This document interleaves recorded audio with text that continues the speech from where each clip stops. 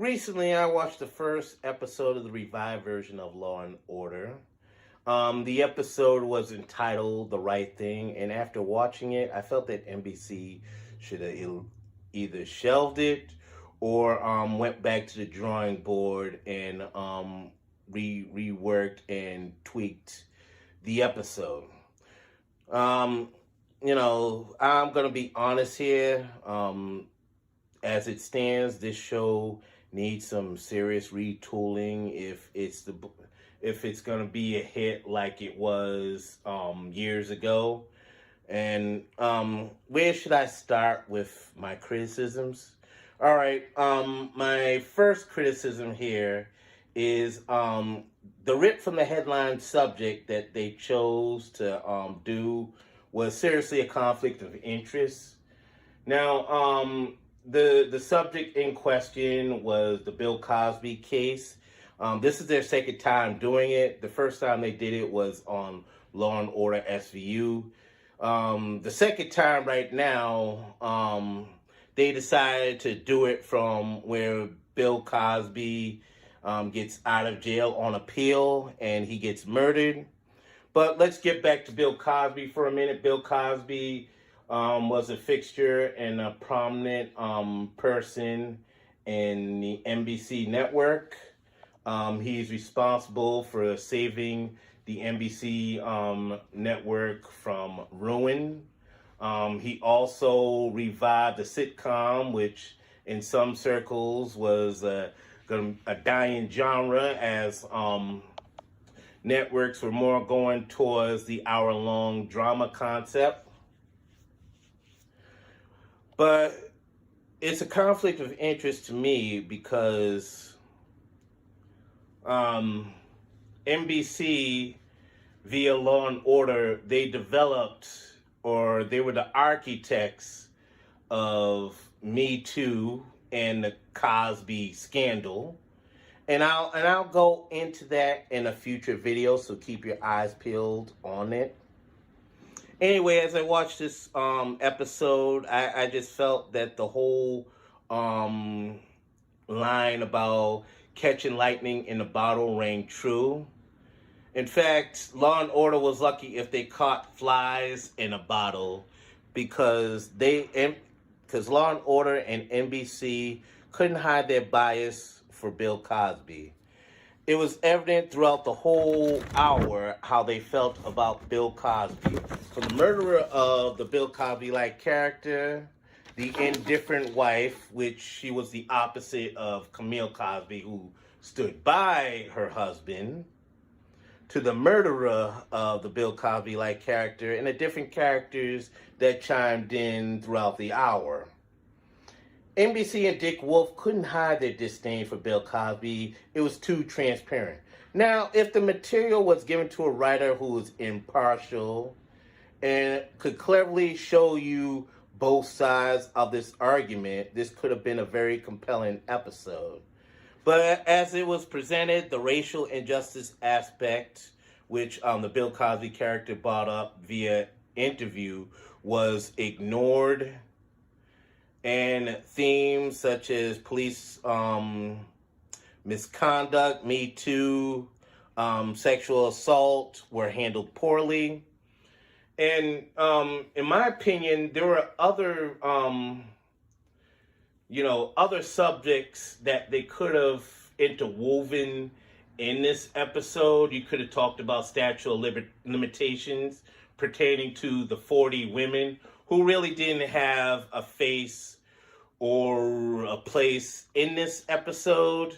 They could have brought in the Central Park Five. They could have talked about how black men are, throughout history were accused of raping white women, only to be found out that they didn't do it, which is where the racial aspect could have came in.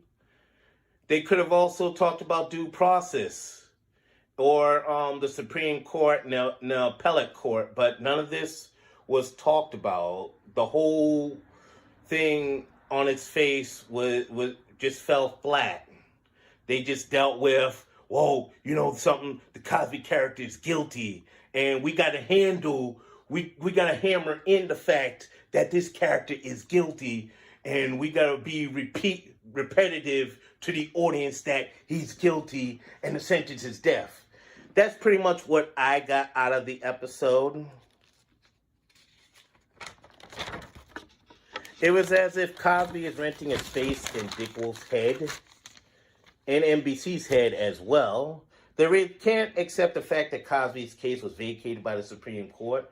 And more recently, Cosby's case, the prosecution was denied a motion to reinstate Bill Cosby's sentencing by the same Supreme Court. So guess what? Cosby's officially free. He officially didn't do it. I don't care what you say. I don't care how many women there are. He officially didn't do it. That's the law, ladies and gentlemen. You got to accept it. Now, getting into the characters, Anthony Anderson's character is still sharp. Sam Waterston's character, who he played Jack McCoy, he's still sharp as well. But the new characters, they're pretty much dull blades. Let's talk about Detective Crossgrove. Detective Crossgrove, as it stands, he's an unlikable character. His presence leaves a lot to be desired. I kind of wish that they,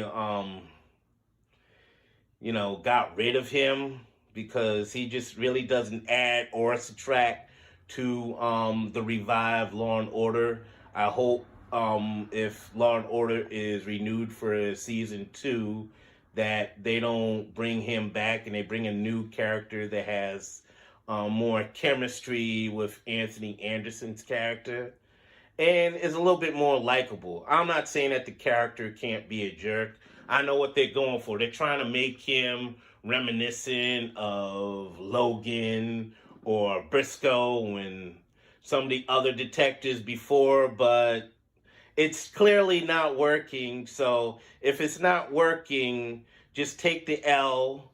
Find a way to get rid of the character and call it a day. That's what you do. Now, let's move on to the lieutenant character that replaced Anita Van Buren. She is played by Karen Manheim. And Karen Manheim's character is like a Karen with a badge. She's very nasty. She's bland as well. And leaves a lot to be desired. They should, I hope they overhaul her character and Crossgrove, because I'm not feeling them at all. And let's get to the prosecutors. It seems like whenever they replace a prosecutor, the prosecutor is a knockoff version of Jack McCoy. What's up with that? The last prosecutor they had was like a younger version of Jack McCoy. Now this version is like a C version of Jack McCoy. Writers of Law and Order, Dick Wolf, you guys need to go in another direction as far as the ADA goes. There's only one Jack McCoy, and that's the older guy that's now the senior district attorney. You need to get rid of the other clone Jack McCoy. Go in another direction with the character. Don't bring on Jack McCoy-like characters, because that doesn't work either. The female district attorney, I'm not really impressed by her. They were kind of using her as a voice to present sympathy for the murderer. Say, no, I don't feel right about prosecuting victims. Once you murder somebody, guess what? You're not a victim anymore. You become a perpetrator. The victim was the person that got killed. She needs to put that in perspective. And I'm kind of surprised that the Jack McCoy Jack McCoy clone didn't school her on that. He just let it go. But if she has thoughts like that, she doesn't really need to be there either. I think, yeah, this court, I mean, as it stands right now, Law and Order, they really need a major overhaul as far as the newer characters they brought on, and the tone and style was just horrible.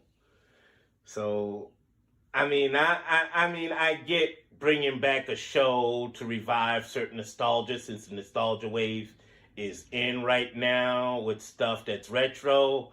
But this, when something clearly isn't working, you should just either go back to the drawing board or just pull it completely and just say, "Oh well, it didn't work," and move on.